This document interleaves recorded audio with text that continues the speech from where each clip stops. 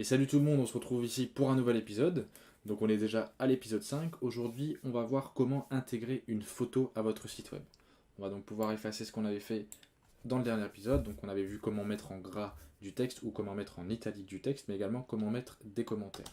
Le commentaire, on va le laisser, c'est toujours pratique. On va voir maintenant comment mettre une image. Pour mettre une image, il faut utiliser ce qu'on appelle la balise image. Ça, on en avait déjà parlé dans les épisodes précédents. C'est une balise qui est orpheline. On l'ouvre. On va donc bien avoir la balise image, vous voyez qu'elle est reconnue. Qu'est-ce qu'il va falloir maintenant faire pour intégrer l'image dans cette balise? Il va falloir ajouter ce qu'on appelle un attribut. Ici, on va ajouter l'attribut source. Ça va nous permettre d'aller récupérer en fait l'image. Donc on ajoute l'attribut source, après on doit mettre un égal et on doit ouvrir les guillemets. Et ici on choisit donc notre image que j'ai appelée image test. Comme c'est une balise orpheline, on peut la refermer. Voilà. Je vais vous montrer le dossier. Donc en fait, il y a bien notre page internet qui est ici l'index et l'image qui sont dans le même dossier. On va maintenant aller voir sur notre page ce que ça donne. Hop, voilà. Il y a l'image qui est en effet bien mise. Alors, imaginons que maintenant, on veuille redimensionner cette image, qu'on veuille baisser la hauteur ou l'augmenter, ou même la largeur. Et bien tout simplement, on va ajouter d'autres attributs que l'attribut source. On rajoute un attribut qui est l'attribut height. Comme c'est un attribut, je vous l'ai expliqué, on fait égal et on ouvre les guillemets. Et alors là, on va devoir ajouter une valeur. On va mettre par exemple 200 px. Donc ça, en fait, c'est une valeur au niveau de la taille. Ensuite, on va mettre un autre attribut qui est width.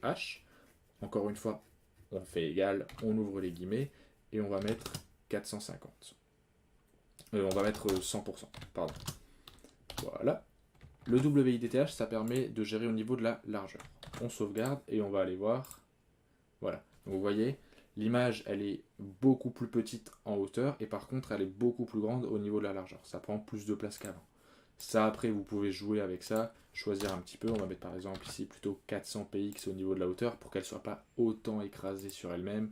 L'image est déjà mieux. Et au niveau de la largeur, à la place de mettre 100%, on peut par exemple mettre 50%. Et voilà, l'image, elle est tout de suite plus réduite. Ça rend tout de suite un peu mieux. Il faut jouer en fait avec ces valeurs-là. Au niveau des attributs, ici, on les a placés dans l'HTML. On verra plus tard comment les placer dans le CSS. Mais ça, ce sera vraiment pour une prochaine vidéo quand on aura vraiment avancé. J'espère en tout cas que la vidéo vous a plu. Si c'est le cas, n'hésitez pas à vous abonner, à laisser un like ou même à activer la cloche pour avoir la notification pour les prochaines vidéos. Moi, je vous dis à la prochaine. See ya! Still checking if the place still cold. Moving in the way, no place, no snow. Straight chilling with my niggas that shiver. Thinking about South Lake.